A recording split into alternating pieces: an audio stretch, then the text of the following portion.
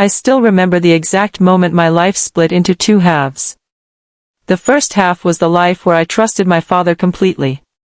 The second began when I opened my Sberbank app and saw that $4.6 million had vanished. At first, I thought it was a technical error. My startup had just been acquired by a European logistics company, and the money from the sale had been deposited a few weeks earlier. I had spent 10 years building that company from nothing.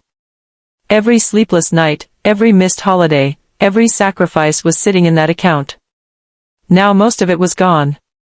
My hands shook as I refreshed the screen again and again. One transfer. $4,600,000. Recipient, Elena Petrov. My sister. I immediately called the bank. The representative confirmed the transfer had been authorized through a power of attorney already on file. A power of attorney. One that I had signed years earlier when my father handled some business paperwork during my first years as an entrepreneur. The representative's final sentence felt like a punch to the chest. Sir, the transfer appears completely legal. I drove straight to my father's house. He opened the door calmly, almost as if he had expected me. Where is my money? I demanded. He didn't even pretend to be confused. It's with your sister. My stomach dropped. You transferred $4.6 million without asking me? His expression never changed. It's my responsibility to secure her future. I stared at him in disbelief. And what about my future? You're smart, he replied. You'll make more. That answer hurt more than the theft itself. My entire life, Elena had been the favorite child.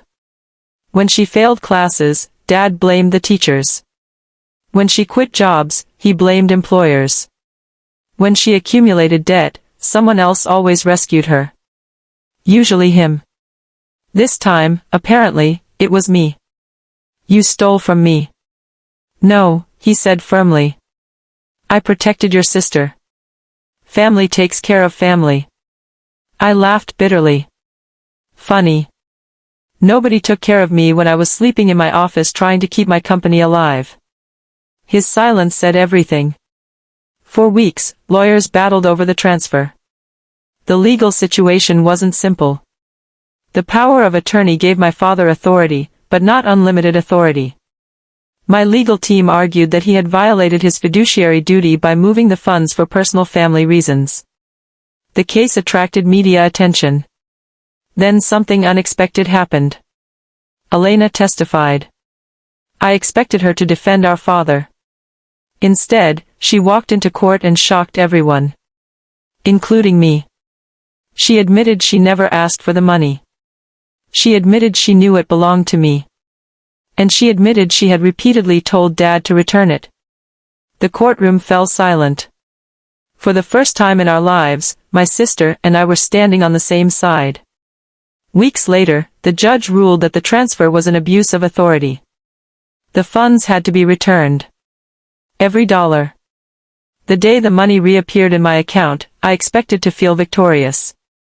Instead, I felt empty. Because the lawsuit had revealed something worth far more than $4.6 million. My father hadn't transferred the money because Elena needed it.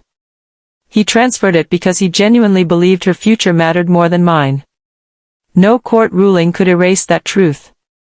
A month later, Elena called. She apologized for everything our family had become. Then she surprised me again. She had cut contact with Dad. So have I admitted.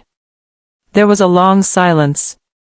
For the first time in years, it felt like we were actually brother and sister. Not competitors. Not favorites and disappointments. Just family. Dad still sends messages occasionally. Most begin with the same sentence. Family should forgive.